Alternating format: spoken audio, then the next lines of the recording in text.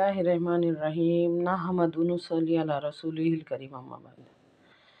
اللہ کے واسطے اپنے تمام عزیزوں کو، چاہنے والوں کو، اپنے بچوں کو، جاننے والوں سب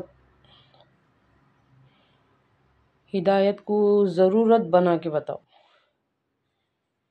ہدایت کو ضرورت بنا کے بتاؤ۔ ہدایت کا مطلب ہوتا ہے سیدھے راستے کی سمجھ۔ تو آج کل ہے نا، سیدھے راستے کی ضرورت سمجھ میں نہیں آ رہی، سمجھ میں نہیں آ رہی۔ پلیز غور کیجیے میری ان باتوں میں۔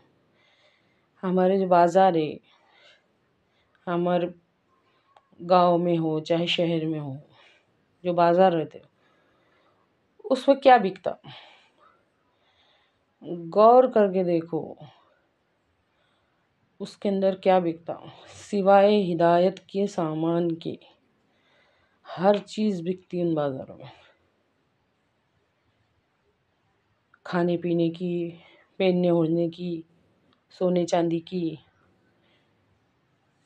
ہر چیز نظر آئیں گے۔ اگر کچھ نہیں نظر آتا نا تو وہ ہدایت کا سامان ہے۔ اب وہ سامان وہاں پہ خود بخود تھوڑی چل کے آتا، کوئی نہ کوئی لاتا نا اس کو۔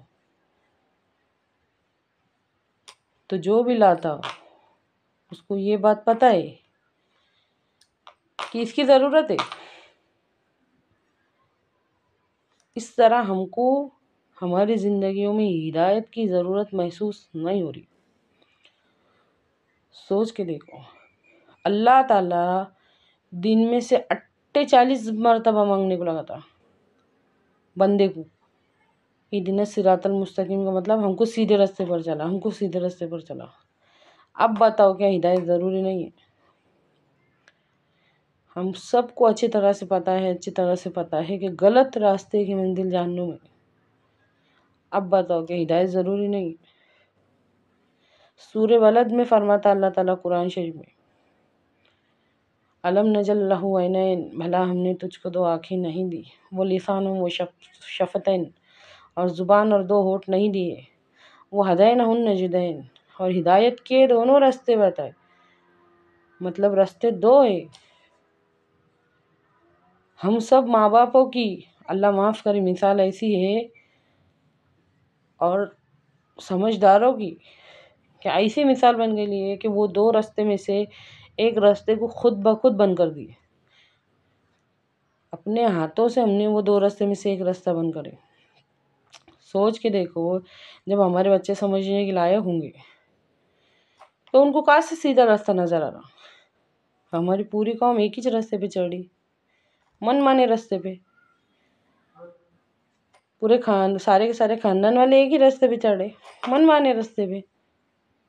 اللہ کے حکموں کے مطابق اور نبی کریم صلی اللہ علیہ وسلم کے طریقے کے مطابق زندگی ہم نہیں گزارے نا۔